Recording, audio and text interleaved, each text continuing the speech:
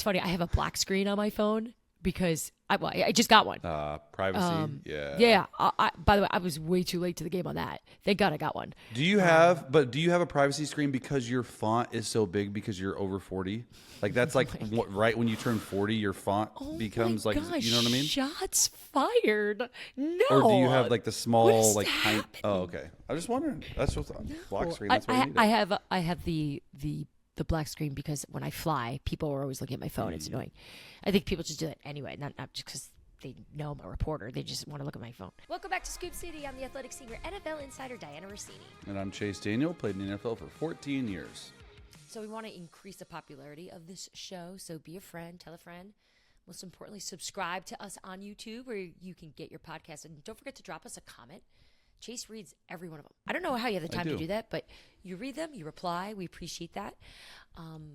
Most of them are good about you. Most of them are bad about me. So I just read them and replied to yours. Like, what great job. Like, yeah, she's great. I do see those. Those are funny. So those that are commenting, good or bad, we appreciate that. But we also want to hear from you in terms of other stories you want us to dig on. Almost like a mailbag in the comments section. So check that out. I'm still in Indeed. You could probably tell by my voice. Way too much talking. I can tell by your voice. The combine is a lot like your wedding day. You're talking to so many people. You're so excited to see everybody, and you never eat. Like, I know there's great restaurants here in Indy. I'm starving because I have not had a minute to just sit and have a meal. You said last episode we had 3 dinners a night. How have you not had a meal? Did you go with my advice and just go all alcohol? Nope. Waters. A lot of waters, actually. I did order an appetizer at one of those dinners, but I didn't eat it because I was talking the whole time. And especially when you're talking business, you don't want to be gross and like have cocktail sauce like hanging off your mouth. So I try not to order gross food, I guess. And I wound up just not ordering anything, which I'm paying for it because when I get home, I'm going to probably have like 6 meals in one day just to get myself back up and going. Oh my gosh, I miss my boys so much. I can't wait to see them. But there's been so much here going on, so much news flying around. We've got insiders fighting at the Starbucks. So there's a Marriott that pretty much all the teams stay at.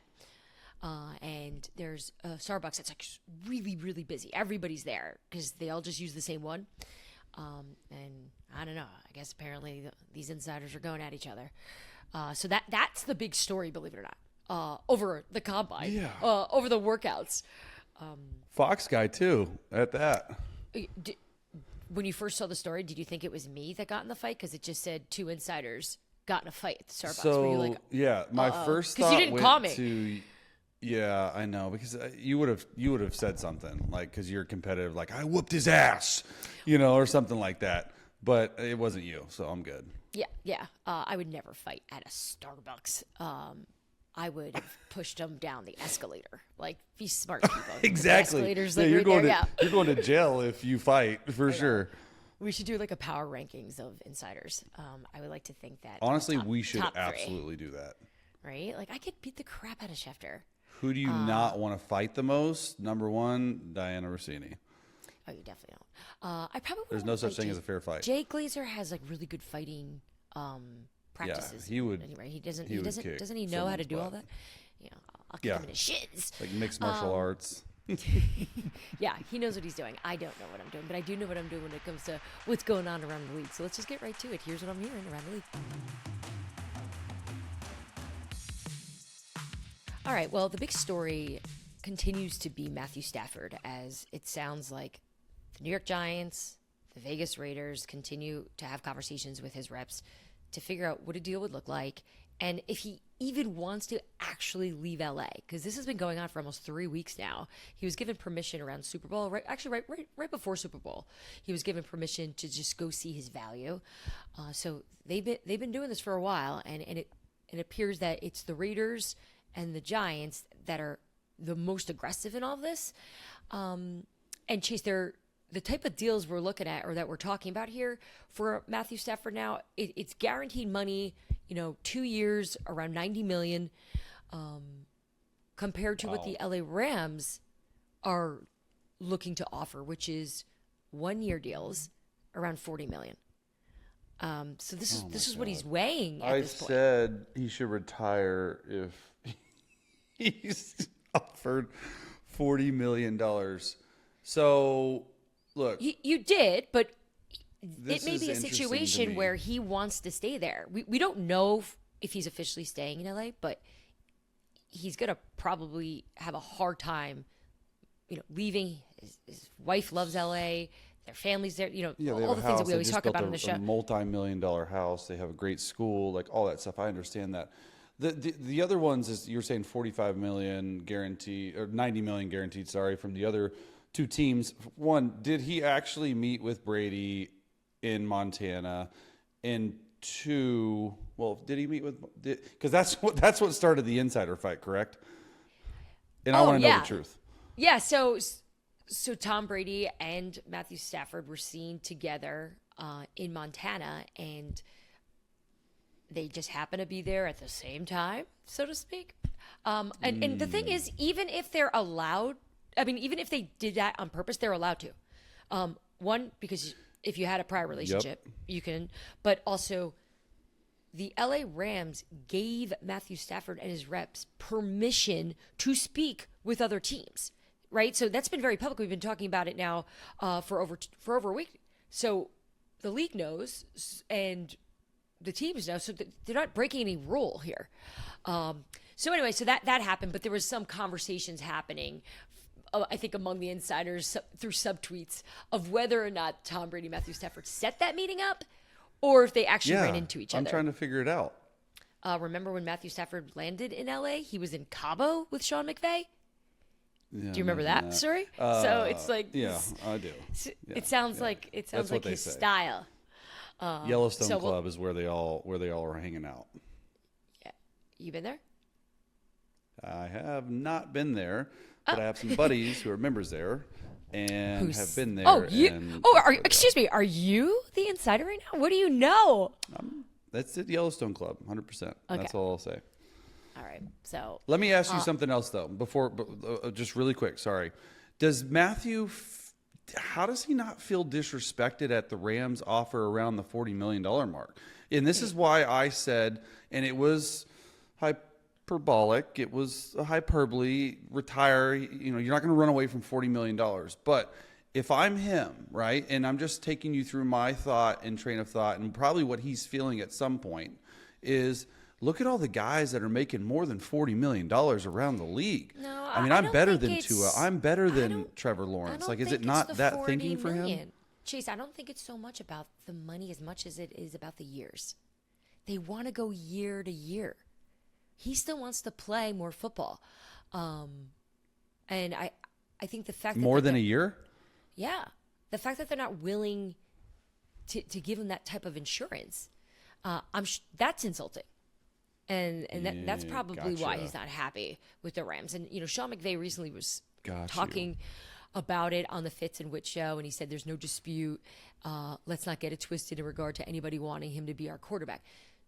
We know McVay and Stafford are fine. They're great. They're amazing, right? They don't have any beef with each other. This is just a business situation that they're trying to iron out. So you've got these two teams, and there's always probably other teams involved here that we haven't heard. But they have to make a decision here because, teams want an answer to try to figure out what they're going to be doing once the free agency period begins in just a few weeks. Let me ask you a question now that has nothing to do with Matthew Stafford, but honestly has a lot to do with Matthew Stafford and the Rams. Aaron Rodgers, if Matthew Stafford goes back to the Rams, which your crystal ball, maybe not, looking more and more like he probably wants to stay there, where in the hell does Aaron Rodgers land? Because in my opinion, that was only like one of these spots that made the most sense. Yeah, well, the teams that were in on Stafford, not saying that they're the same quarterbacks at this point, obviously. Would the Raiders be interested in him? Would the New York Giants be interested in him, perhaps? I haven't gotten a sense here in Indy, talking to teams, that teams are going after Rodgers. Everyone just assumes if Stafford leaves, he's going to go to L.A. But it is going to be another domino. All right, well, then what happens to Rodgers if Stafford stays? Looking around the league, too, at all the quarterbacks, the Russell Wilson situation, the Justin Fields situation in Pittsburgh, where it sounds like they're going to pick one or the other. I'm still hearing it's going to be Justin Fields. That could change. Then you have the Wait, you just Cousins. glossed over that so fast. Sorry, and I know we're talking. This is supposed to be a Stafford block, but so they're feeling like Fields will be the guy over Russell. Probably get him at a much better price and can give you the same thing because we saw he was 4-2 as a starter. So if that's the case, Justin Fields is going to be a starter in this league. Where does Russell Wilson go? Vegas? I think back with Pete Carroll, they fixed their relationship allegedly. Yeah. But let's just go back to the Stafford situation. Let's say he does get moved. Let's say it's the Giants. Like, who's winning in this, right? Because the Rams are built to win. So they need a quarterback. They'd be a quarterback away from being a contender, right? It's almost like they need to acquire contender, Matthew Stafford. no doubt. Yeah. Like, where do they go? You're not getting it with Jimmy Garoppolo. I don't care if he feels comfortable with them or not. Like, you're not getting that. You're not getting the same play. No. And then for Matthew Stafford, you're going to, for this example, going to the New York Giants where you're playing outside. They have a below average offensive line. They have a front office and a head coach, or a GM and a head coach on the hot seat. You know, and when I say hot seat, meaning like we all know what's going on here. Ownership didn't exactly anoint them as being the best coaches they've ever had in New York. Is essentially, you should feel a lot of pressure because you need to win. And I think that's why they're making such a big move here to try to get Matthew Stafford, is they know they have to win. Otherwise they're going to get fired. So I still see this. I still see the Rams trying a way to give him a contract that would maybe appease him a little bit more with some incentives. There's got to be a way that it's not so far between what the Giants and the Raiders are offering compared to what the Rams are. So we'll see if they are able to work that out. Before we move on, because we got a bunch of other stuff we got to get to, I know you explained why you were so passionate about the Rams undervaluing him at $40 million. Twitter went nuts when we put that clip out. Like Will Compton and the Bustin' with the Boys guys, like immediately was like, "Are you just going nuts that you would think that Matthew Stafford should put on the table retirement?" Do you think you were misunderstood there? I mean, I wasn't misunderstood. I said what I said, right? A little bit hyperbolic. I get that. And the funny thing is, you can't see it, but Will Compton direct messaged me about 55 messages after he had posted that, because we are boys. Just so you know, there's no beef there. And we're laughing. We're talking about how I can say this. One of the things, it's different talking about like NFL money versus like everyday money, right? So people that haven't played the game think 40 million, and it's a ton of money. My point was specifically meant for the very little amount of people in the world that can make that amount of money. And when you're making that amount of money, my whole thing was like Trevor Lawrence, Tua, like Jalen Hurts, like all these guys, Dak Prescott. I think Matthew Stafford's a better, but he's going to make 33% less, if he signs at 40 million. And so Will and I, we were laughing about that. He said our situations would be deciding between, hey, do you want to play football for $4 million, even though you think you deserve $9 million? And we're just like laughing about it because it's like, he's like, but $40 million? Because it's even hard for a player like Will, who has played the game, and for me too. I think I play quarterback, and I want quarterback salaries to just continue to go up and up. I probably are the only person, because I played the game and I know what it takes to play the game. It's the most important position in all of sports. So, look, it was a little hyperbolic, but at the end of the day, me and Will, man, we were laughing about it. Yeah, everyone's got beef. It's that time of year. Maybe everyone's just tired, sick of winter. We're all picking on each other. Gotta stop picking on one another. Be nice to each other. Speaking of picking on, are the Colts picking on Anthony Richardson here, saying that this is going to be a quarterback competition, right? Chris Ballard spoke to the media. He said he's got to be the right guy to create real competition, who can really challenge from a production standpoint too. I think it's good for the team. I think it's good for Anthony. Okay, that's fine. First of all, who's he competing against, right? Because they don't have anyone there. No. They need to go get a veteran quarterback. I was thinking they should have been in on Stafford. They should have been the one trying to get him. No doubt. Right? But you take a look at, this is an organization that is trying to sell. I think that they still believe in their number 4 overall pick, yet we all know what the truth is, which is it's not working, right? Because you wouldn't be having an open competition if you believed in him. If he's the guy, he's the guy. This gray area to me is the problem, and they're trying to resurrect it in a way by going. They're almost trying to make us believe that they still believe in him, but I don't think they do. Yeah, I would, am I off on that?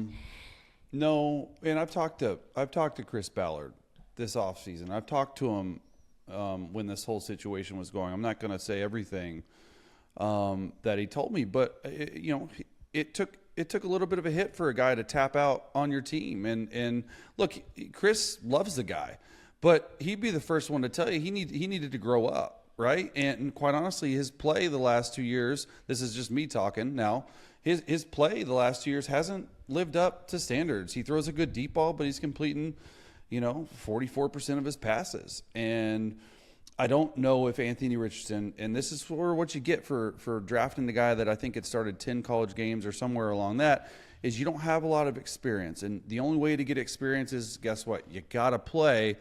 And when he's playing, I don't know if he maybe understood the full value of what hard work is. I'm not saying he's not a hard worker, but I think that talking to some teammates of his too, after the benching, he really hit him like, all right, I got to put a lot more time. I got to put a lot more effort into it. So it doesn't surprise me that Ballard said they want to create competition. To me, it's like, hey, let the best man win, because quite honestly, Dianna, Steichen and Ballard, they might not have jobs if they don't win next year. And that's just the truth. And when he said the right guy to create real competition, my mind started wondering, the only guy I can think of that you could possibly do that with is Sam Darnold. Like, if Sam Darnold doesn't sign back with the Minnesota Vikings because, one, they don't want to pay him what he's worth, or two, they don't feel they feel like their rookie is ready to go, or maybe they sign somebody. I don't know. But if Sam Darnold's out there, one, Shane Steichen is a great offensive mind. People forget what he did in Philadelphia, and he's tried to do this with all sorts of guys in Indy. I think Sam Darnold comes in and creates that real competition, at least gives them a chance to be successful, and not at a really high salary amount. I mean, you might pay him $30-35 million. That sounds like a lot, right? We're just talking about 40 for Stafford, but that's just sort of what Sam Darnold has earned. Well, what about Kirk Cousins, if I say that to you? So the Falcons GM, Terry Fontenot, was saying that they're not open to trading Kirk Cousins at this point. What if they were to change their minds on that? Would you make them move? No, because the Colts and Ballard have had a lot of experience trading for older guys. Phillip Rivers, Carson Wentz, I don't think they want to make that. Matt Ryan. So those three guys, I don't think they want to make that mistake again. I think they want a guy like, why wouldn't you take a flyer? I say a flyer. The dude, Sam Darnold, threw for 4,300 yards, 35 touchdowns last year. No, I know he has great receivers and a great coach. Yeah, at least like if you feel like you got a chance to, because that's really the only guy. I mean, maybe Russell Wilson.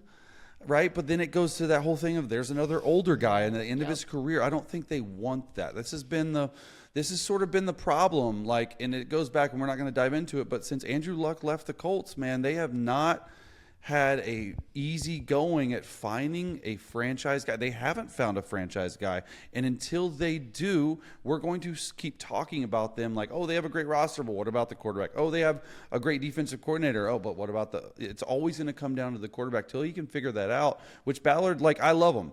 I love Ballard to death because he was one of the main guys that got me a backup job in Kansas City.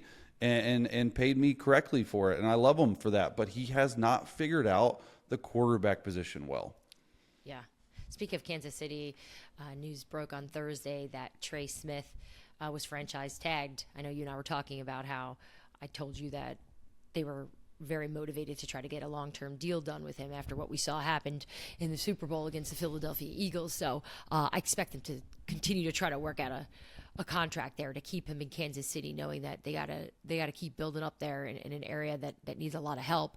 And then Travis Kelce told Pat McAfee he's definitely coming back. So I know we talked about on the show last week that I said, most people around the league felt like Travis was not done, that he was going to do this and return for another year. So good news for Kansas City. Two big pieces that we've been watching, remain in Kansas City.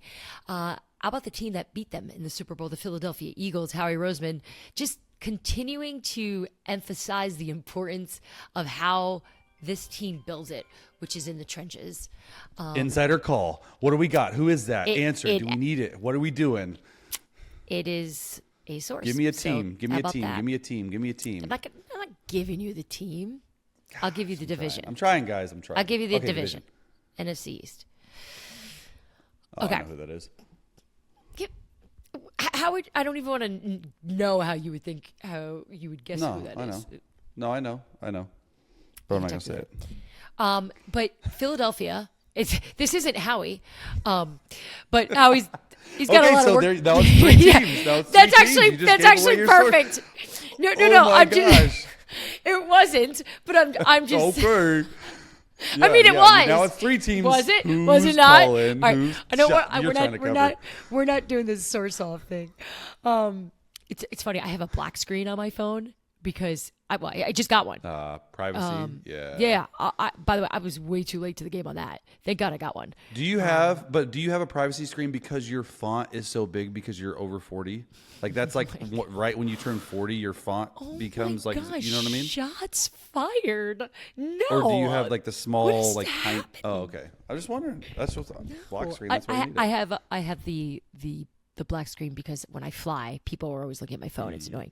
I think people just do that anyway, not just because they know I'm a reporter. They just want to look at my phone. But you got Josh Sweat, you got Brandon Graham, you got Zach Bond, you got Mekhi Becton, Avonte Maddox. They got a bunch of guys they got to do. And look, with free agency coming up, lots of agents, teams are meeting. They're having conversations about who they're going to be going after.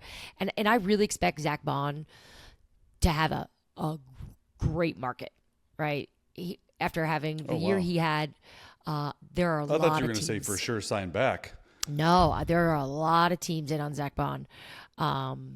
So I think he's going to be expensive for Philadelphia if they want to do it.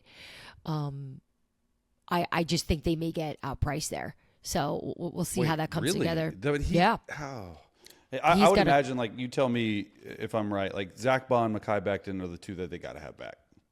Like, I don't think they can keep Milton Williams at a salary he's going to get, right? Yeah, I would be surprised if Milton Williams stayed. It could happen, but that does make a lot of sense. I think they're going to make an effort here, but here's what some people are saying right now, that Howie's willing to move on from some of these guys because he's looking to make a big swing and take a big swing. And that big swing would be for Myles Garrett. So some of these guys that you think are a sure thing may not be sure things. I'm in. Philly, I would rather have Myles Garrett than Zach Bond. Well, he needs some assets, right? Zach Bond's making $13 to $15 million a year or whatever the top salary for a linebacker is. Yeah. Needs some assets, needs some money. So we'll see. Would you put it past Howie Roseman going after Myles Garrett? Absolutely no way. Not. He absolutely. Holy cow! All they want to do is continue to build and build and build in the area, in the areas that got them to the Super Bowl and in the Super Bowl's past, which is to continue building. Myles Garrett. Could you imagine that? Wow. Look, but is Cleveland going to move him? At the end of the day, it's going to come down to that. And Myles Garrett is not open to negotiating with the Browns on a new contract. So say Myles Garrett gets traded. What does trade compensation look like from the team trading for him in terms of just like pure picks having to give up? I know they're going to have to re-sign him, but picks given up. Yeah, they're definitely going to have to do a new deal, and he wants to be the highest paid in that position. That's quite obvious. But let's just look at the Khalil Mack trade. Right, it was 2 1s, 3, and a 6, and they had a second round and 5th round that pick that they gave back. But I don't think it's going to be not that 2 big. 1s, right? No, that's too much. I don't think it's going to be that much. But definitely a 1 in there. Definitely. I would. Why would you not? Why would you move Myles Garrett without Yeah, that? it has to be a 1. At the type of player he is, and what he's done for this Cleveland Browns, just the level of performance and the player he is at the age he is, they've got to get that because they do not want to move on from him. Yeah. So we'll see if they're going to be changing their tune here as we get closer to the draft. Because I think if that's when we start, that's when we'll probably see this thing actually happen if it does. Because teams are going to need to sort that all out. Draft day trades that include the number 2 pick for Cleveland or like exactly. Derek Carr appears to be staying in New Orleans. You think that's a good move for New Orleans? They don't have any other choices, honestly. So I think Derek, when healthy, he's an above average quarterback at best, and that's not being rude or nice or in between. I think that he, first of all, he didn't have a lot of weapons last year. Secondly, I do think that Kellen Moore's offense will help him out quite a bit. The pass game concepts there are excellent, but it makes sense for the time being for the first year. Wait for next year's draft class, right? Like, or what if, and then I said this earlier this year, what if Shedeur Sanders somehow drops and he's at 9 or 10 or 11? Do the Saints make a move for a guy like Shedeur, or do they hold off? Do they trade back and get more picks to move up next year for Arch Manning, Drew Aller from Penn State? The quarterback class next year seems a little bit better. It's interesting conversation for sure, but it makes sense for the time being, in my opinion, for Derek. I needed to take a quick break in between a couple of meetings, so I just poked my head in the Capitol Grill and just sat at the bar and got a water and was really just sitting there scrolling my phone. And Kellen Moore walked up to just get food to go and was just hanging out. And so I said, hey, man, congratulations. He said, oh, yeah, it was amazing. And I was like, what is he talking about? I'm like, oh, yeah, the Super Bowl. Yeah, congrats on that. But also congrats on that whole new job thing, too. That's what I meant. Yeah, seriously. Right? Think about how much has changed for him in a span of a week, going from a Super Bowl champ to now being the head coach of the New Orleans Saints. All right, still to come here on the show. Chase, a two-way player could work in today's NFL, yes or no? Yes or no? Yes. Maybe. Ooh, interesting. I No. want to dive into that. And we also have a new producer here on the show, Steven, and he knows nothing about our stupidity yet. So I am looking forward to him learning about this. So he is unaware of how bad we are at phrases. So I had him pick out a bunch of different phrases and we have to fill in the blank. So he's going to put us to the test. And I want you guys to listen and check this out and see if you can beat us in this. This is going to be a great bonding moment for the show, as Steven took this job hoping he was going to work with some great hosts, and that may change after this exercise. So we'll be right back. All right, back here on Scoop City. So we spent a lot of time there just talking about all the big stories going on around the league, but there's actually draft prospects that we got to talk about. Abdul Carter has some ankle issues here, and his doctors have suggested that he doesn't get the surgery. And so he's going to be able to participate in pro days coming up here after making this decision here not to go forward with that. So I reached out to a few teams that I know were obviously high on him, and just to see if this is going to change it for them, on if that's going to affect his value. And I don't get the sense that anyone's worried about this changing his stock here in the upcoming draft. I mean, things can change between now and then. He's got to go number one, right? I don't know yet. Like, I would think that could happen. There's also some people who think Travis Hunter could go number one. There's some people that think that Cam Ward could go number one here. What's your thought on Tennessee real quick? Like, do they want to draft a quarterback, or do you see them like Abdul Carter, Travis Hunter? Because just here's what I'm saying. You don't have to give all your answers and stuff before we move on, because it is intriguing, because Tennessee, okay, they obviously own the one pick, but Abdul Carter and Travis Hunter, you put them like way up here in terms of talent, in terms of generational player, and then you have everybody else, in my opinion. And then you have the quarterbacks, Mason Graham, Shamor Stewart, all those guys, right, from different schools. But if you're a guy that needs a legit player to start right away, those are the only two that make sense, right? Or are you taking quarterback? Yeah, the generational talent phrase is looming that, over right? this Titans team. Well, they said that. Their general manager said that there is generational talent in this draft. So you would think that then you go get them. But I know this is a team that's trying to build. So they're open. Teams are calling them. They're having conversations with other organizations about moving out. So I don't know what they're doing. I know that they still want to make things work with Will Levis. But this is another situation. Yeah, they want to give Will Levis a shot. They want to give him an opportunity. Like a real shot, or like a fake shot, like an Anthony Richardson shot. Yeah, there's a difference. I think they just want to see. I think they want to see if he's got something there. But this is another team that I wonder. They've gone through a lot of changes. They've gone through a lot of firings over the last 3-4 years.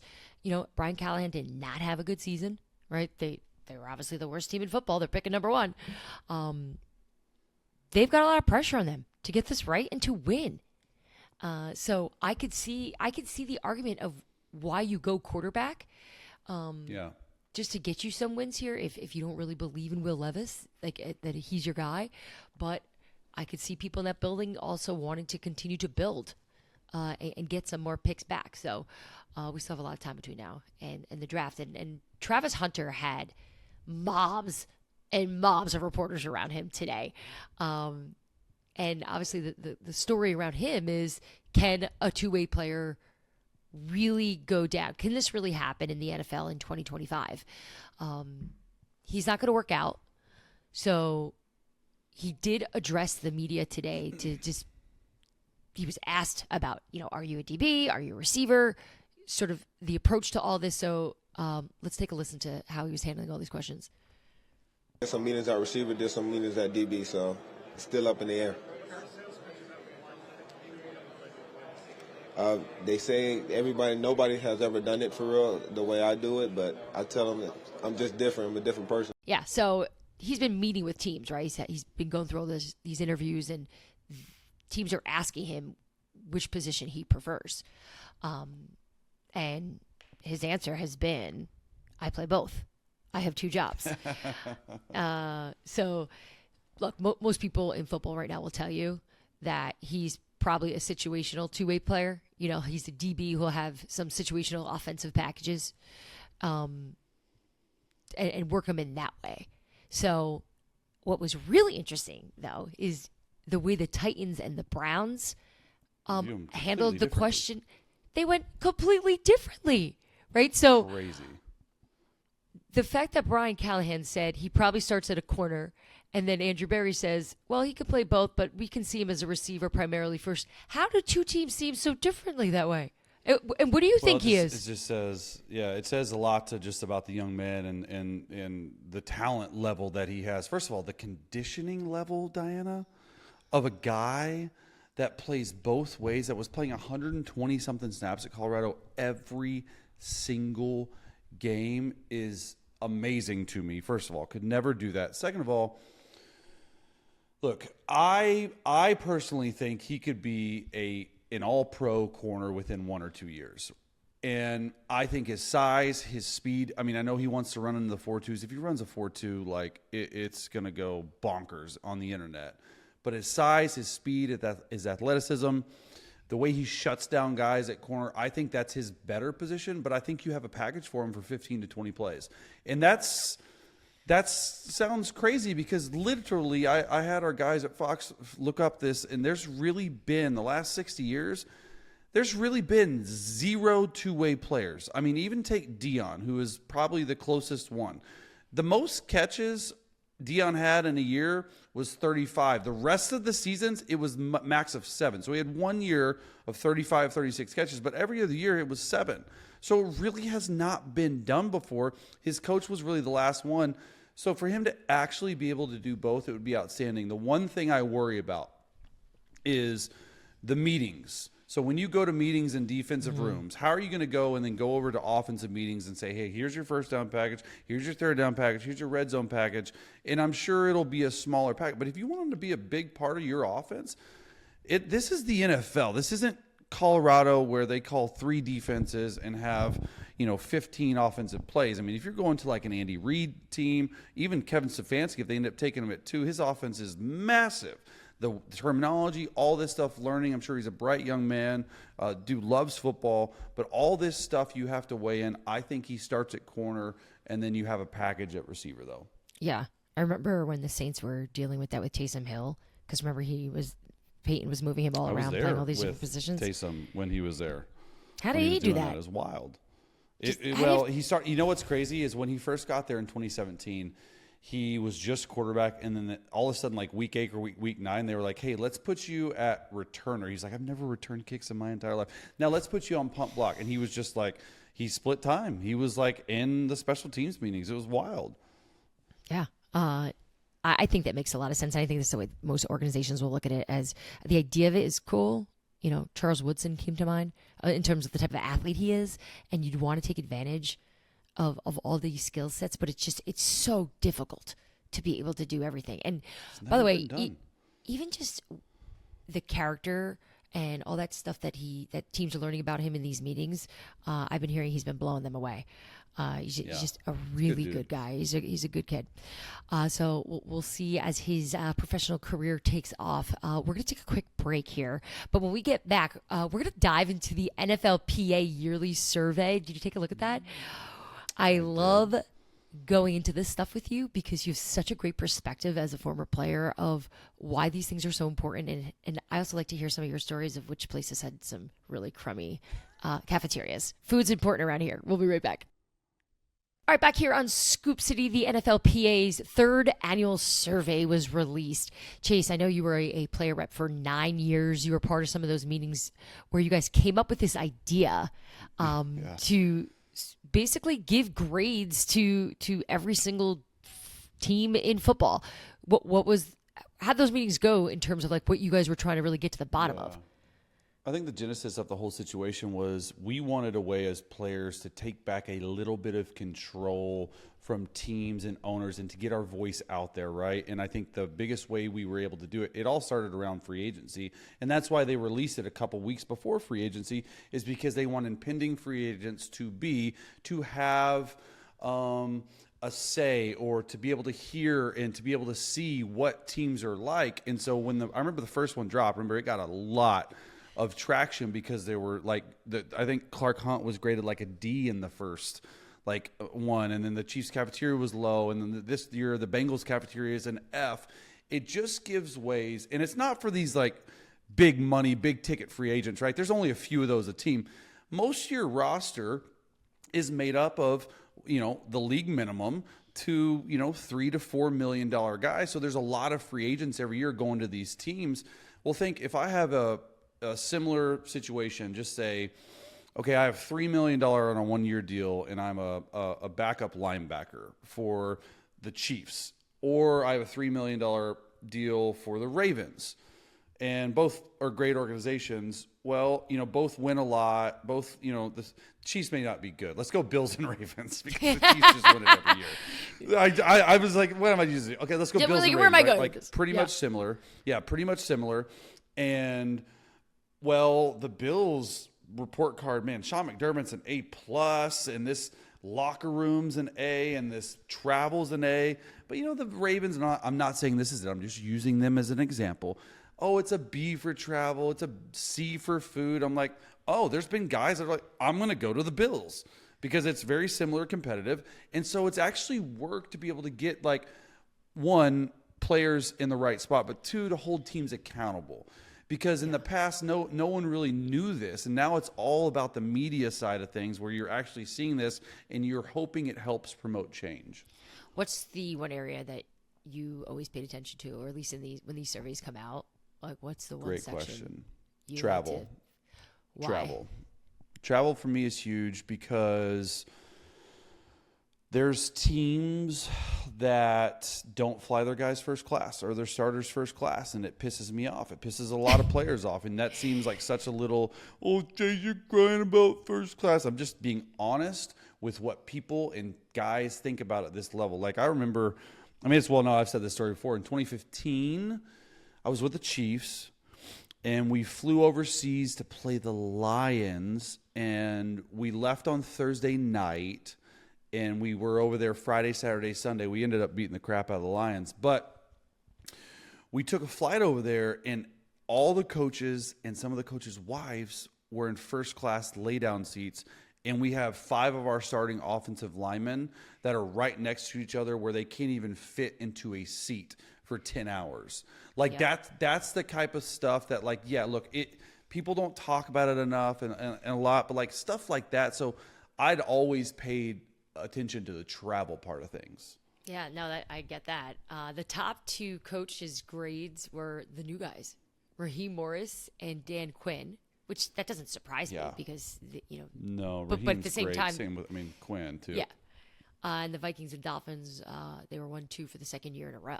So the Vikings are crushing it in this survey. It is unbelievable how it seems like it's such a first class organization. Quite honestly, it starts with KOC too. Like Kevin O'Connell is on it. He like every single aspect of the organization. Yeah, how pissed do you think owners are really getting about these? Mad. No, absolutely mad. And that, for the NFLPA, the Players Association, just to piss the owners off and to make some change, it's worked. That is exactly what they wanted to do. The owners want everything in secrecy, right? They're 32 billionaires. They don't want this stuff getting out, but it is. Yeah, it is. Jets got some bad grades, but here's the one thing with Woody Johnson. He said in a press conference recently, right after they made their hires, that he needs to be a better owner, that he needs to look in the mirror and make some changes. So I wonder if some of the stuff that he discovered about his organization through the NFLPA survey, if he's going to address some of those things, right? Because it's got to be embarrassing, and the image of how you conduct business, you want it to reflect well.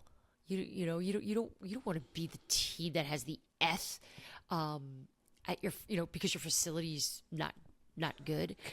No doubt. All right.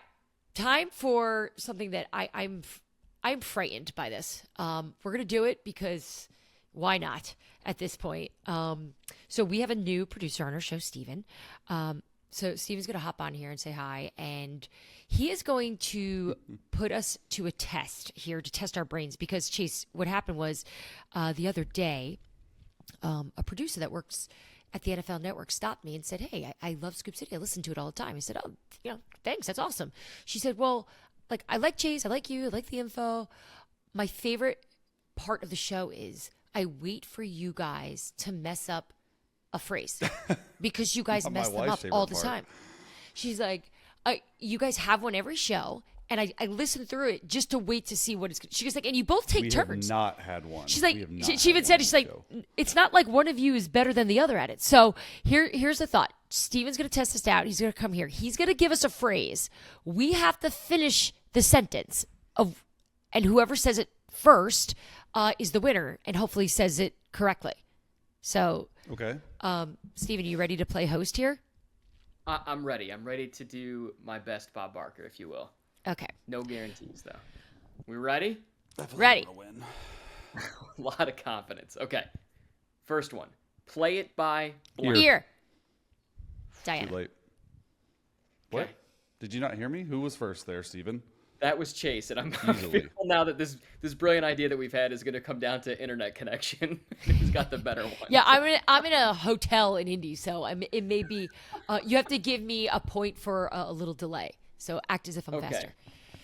All right. We'll go 1-1. You each at least got that one. Ready for number 2. A blank for your thoughts. Penny. Dianna with the clear victory there. I've never even heard of that. A penny for your thoughts? The hell is that? You're showing your age again. You have never heard a penny for your thoughts? Never. Not once. This game has now turned out to be better than I expected. This What does is that even fantastic. You can't even solve it because you don't even know it. You've never even heard it before. Never heard it. It's essentially when Okay. you're asking somebody for an idea and a penny for your thought. Like, I'll give you a penny if you give me your idea. It's Why it's can't just it be way- $1 for your thoughts, though? That's like, I guess because why does it have to be a penny? you always have a lot of Pennies are out of ideas for a lot of circulation. ideas, a lot of thoughts. All right, next. All right, number 3. A blank is worth 1,000 words. A picture. Gotcha. Okay. Gotcha. 2-2. 2-1 Here we go. Chase. All right, here we go. Nip it in the blank. Bud. Bud. That was B-U-D. even. That was B-U-D. even. Good one there. That's a good one. All right. Let's get a little more difficult here. Cost and blank and a blank. The hell? This costs an blank. A and penny and foot. a nickel. A foot and a leg. No. But at least Diana was closer there. An arm and a leg.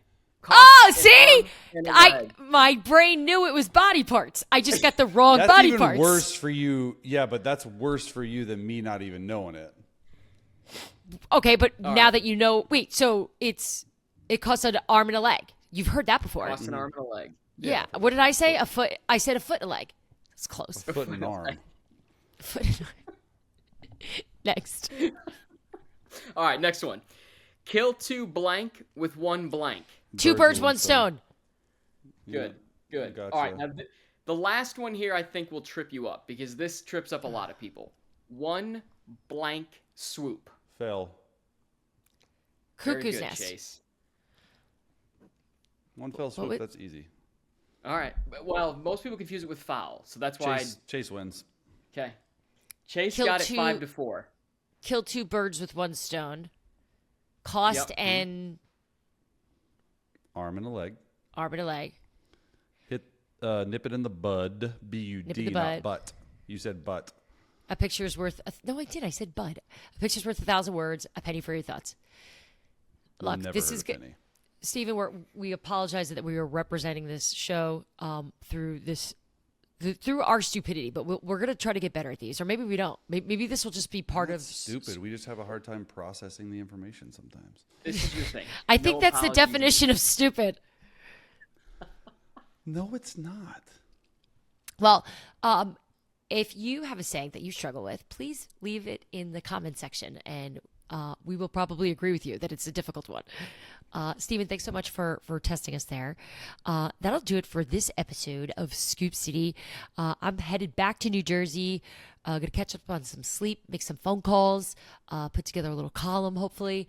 And next week we'll have some new information because stuff's gonna be flying here. We got free agency coming up in what, 2 weeks? Not even. Yeah, And then obviously all the preps for the draft. So it's gonna be a busy next few weeks, especially for Scoop City. So we will see you guys next time. Thanks for tuning into Scoop City. If you want to hear more, make sure you like and subscribe. We drop our new episodes every Tuesday and Friday.